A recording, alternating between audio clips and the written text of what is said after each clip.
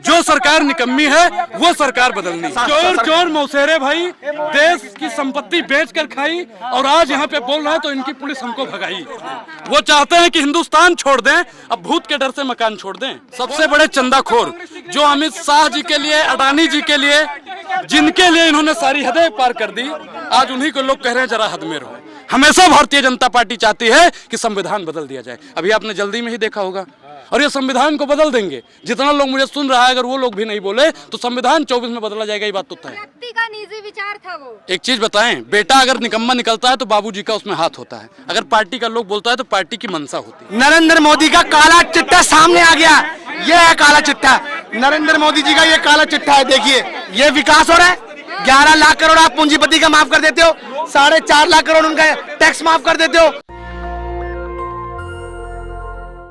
आपको दिखा रहे हैं इस वक्त इस तरीके से लोगों में गुस्सा है और इलेक्टोरल बॉन्ड को लेकर लोगों ने विद्रोह छोड़ दिया है, विद्रोह कर रहे हैं और साफ मांग है कि ये जो चंदा है, जो भी इलेक्टोरल बॉन्ड के माध्यम से बीजेपी को मिला है, वो उसे जब्त कर लिया जाए। सुप्रीम कोर्ट जो है आदेश दे, क्योंकि ये बॉन्ड जो है ये साफ कह रहे हैं कि वो जनता का पैसा है, जनता को लूटने का काम बीजेपी ने किया है। और यहाँ पर दूसरी तरफ देखें तो पुलिस फोर्स जो है वो तैनात है।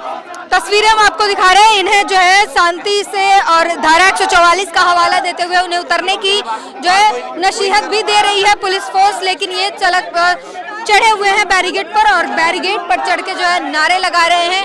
तस्वीरें आप देख सकते हैं। चुनाव की तारीखें आ गई हैं सामने, आप लोग इलेक्टोरल बॉन्ड में उलझे हुए हैं। मैं कहना चाहता हूँ, सुनिए, चुनाव की तारीख आ गई है। चुनाव तो नहीं हुआ, पहली बात मुझे बताइए, चुनाव किसको देना? तैयारी कर दीजिए ना। सुनो, तैयारी हो गई। नरेंद्र मोदी का काला चिट्ठा सामने आ गया।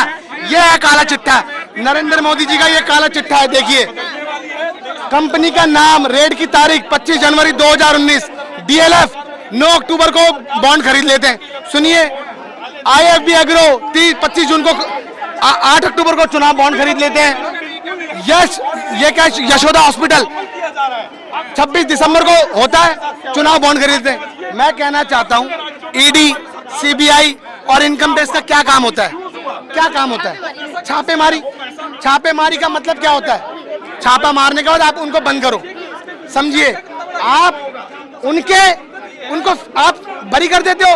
आप कहते हो कि भारतीय जनता पार्टी के खाते में पैसे डालो फिर बरी हो जाओगे आप। ऐसे चलेगा देश? और मैं कह 6000 बॉन्ड भाजपा ने लिया, 14000 का ब्यौरा किसने कहा आपको? गलत। भारतीय जनता पार्टी के खाते में 32,000 करोड़ रुपए, 32,000 करोड़ रुपए का फंड आया है। जो राहुल गांधी जी शुरू से कह रहे हैं कि नरेंद्र मोदी के पास जो पैसा आ रहा है किसका है? लिस्ट जारी करी है, वो नकली है। बिल्कुल, अभी और आनी है। मैं कहना चाहता हूँ, ये पार्ट बात कर रहे हैं, और आनी है। मैं कहना चाहता हूँ, देश की सरकार आज क्या काम, देश की सरकार का क्या काम है? सुनिए, बता तो रहे कि विकास में लगाया है। ये विकास हो रहा है। 11 लाख करोड़ आप पूंजीपति का माफ कर देते हो, 4.5 लाख करोड़ उनका टैक्स माफ कर देते हो। और ये पूंजीपति का नाम नहीं आया। अडानी अंबानी को लेकर आप इतना विरोध करते थे, एक भी अडानी अंबानी। मैं कहना चाहता हूँ, ये फ्यूचर गेमिंग किसकी कंपनी है? 500 करोड़ रुपए का उसका टर्नओवर है और 1600 करोड़ उसके ये चंदे में दे रहे थे। बताइए कैसे? मैं कहना चाहता हूं, देश की जनता को समझ में आ रहा है नरेंद्र मोदी जी के काले कारनामों के बारे में। अच्छा, कांग्रेस कब बताएगी कि कहां का चंदा गया? बिल्कुल, हम बताएंगे। और सुनिए, देश की जनता को समझ में आ गया कि सारा पैसा, टैक्स का पैसा कहां जा रहा है। और सबसे ज्यादा नरेंद्र मोदी जी, सुनो मेरी बात ध्यान से, आज अडानी भैया जा रहे हैं, अडानी को आज ऐसी चाय की केतली मिल चुकी है, ऐसी चाय की केतली मिल चुकी है, उसको ऐसा घिस रहे हैं वो। सूली भाई इस्तीफा दो। कौन है वो सूली भाई? ये इतना बड़ा फोटो लगा है, आप लोगों को समझ में नहीं आता है कौन है? नरेंद्र भाई मोदी हैं भाई, जो सबसे बड़े चंदाखोर हैं, सबसे बड़े चंदाखोर, जो अमित शाह जी के लिए, अडानी जी के लिए, पता नहीं किस हद तक गुजरने के लिए, जिनके लिए इन्होंने सारी हदें पार कर दी, आज उन्हीं को लोग कह रहे हैं जरा हद में रहो। अमित शाह को छोड़िए मैडम, पत्रकारों सामने ही देख रहे हैं भैया। आप एक चीज बताइए कि मोदी जी मीडिया को वैल्यू नहीं कर रहे हैं। एक चीज चंदा और धंधा की राजनीति को खत्म किया जाए मैडम, इसलिए सरकार बदलनी बहुत जरूरी है। और जो सरकार निकम्मी है वो सरकार बदलनी है। सुनिए, आपको कितना मिला है? आपको कितना मिला है? आपको कितना मिला है? हमको कुछ नहीं मिला है, लेकिन आपको कितना मिला है? ए भैया, सुनो, सुप्रीम कोर्ट अगर मुझे सुन रहा है और देश की जितने भी जांच एजेंसियां सुन रही हैं, तो इस पत्रकार की जांच पड़ताल जरूर होनी चाहिए। अरे आप सब की होनी चाहिए, क्योंकि आप लोग ही अरे भैया इतना मत भगाइए साहब। चोर मौसेरे भाई देश की संपत्ति बेच कर खाई और आज यहाँ पे बोल रहा है, तो इनकी पुलिस हमको भगाई। ये है क्या वसूली की? तमाम वसूली भारतीय जनता पार्टी कर रही है। तो मुझे चंदा दो, मैं तुम्हें धंधा दूंगा मैडम। आप लेकिन स्वैच्छिक इच्छा से दिया गया है। अच्छा एक चीज बताइए, फरवरी में पुलवामा अटैक होता है और अप्रैल में पाकिस्तान को फंड करने की क्या जरूरत थी? कहीं ना कहीं तो दखलंदाजी है या नहीं है मैडम? आप बताइए, कहीं ना कहीं तो घोलमेल है। अरे साहब, आपके हक अधिकार की बात करेंगे, हम तो कह रहे हैं कि पुलिस वाले जब रिटायर हो ना, तो इनको पेंशन भी मिलना चाहिए, इसलिए हम बात करते हैं साहब। और संविधान ने कहा कहीं भी खड़े होकर बोलिए, हम तो संसद के बाहर खड़े होकर बोलेंगे। और एक चीज और बता दें साहब आपको, 54-56 में एक औरत ने नेहरू जी का कॉलर पकड़ लिया था। नेहरू जी ने पुलिस नहीं भेजी थी, लेकिन आज की जो सरकार अमित शाह जी की पुलिस है, वो हमको कह रही है अंदर जाओ। अमित शाह वो चाहते हैं हिंदुस्तान छोड़ दें, वो चाहते हैं कि हिंदुस्तान छोड़ दें। अब भूत के डर से मकान छोड़ दें। बोलेंगे साहब, बोलेंगे और ले चलो। अमित शाह जी ने कहा कि कांग्रेस पे अभी कांग्रेस का भांडा फूटेगा, तब देखिएगा। कब फोड़ेंगे? किस चीज का भंडा फोड़ेंगे? एक चीज बताइए भाई, जितना इनके पास अंतर तंत्र संत्र, साम दाम दंड भेद सब इन्होंने अपना लिया, उससे कोई फर्क नहीं पड़ा। अभी क्या भंडा फोड़ेंगे मैडम? और अमित शाह जी ने जैसे कहा ना कि हम चैलेंज करते हैं, मतलब डिबेट करने के लिए, तो अनुराग ओझा भी चैलेंज करता है। अनुराग ओझा भी चैलेंज करता है बीजेपी का, चाहे कोई नेता हो, चाहे कोई अभिनेता हो, या कोई प्रवक्ता हो, या कोई पत्रकार हो, अनुराग ओझा का खुला चैलेंज है। अनुराग ओझा उनसे डिबेट करने के लिए तैयार है। 2024 के चुनावों का ऐलान हो गया है, अब क्या होगा? इलेक्टोरल बॉन्ड का इतना बड़ा मुद्दा बनेगा? मैडम, देश का सबसे बड़ा मुद्दा इस समय अगर कोई है तो इलेक्टोरल बॉन्ड ही है।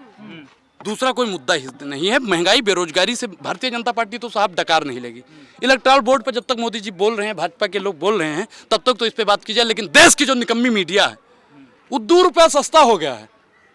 अब वही लोग दिखा रहे हैं, विज्ञापन दिखा रहे हैं। मैडम एक चीज बताइए, 20 रुपया बढ़ा के 2 रुपया सस्ता करना क्या दिखाता है?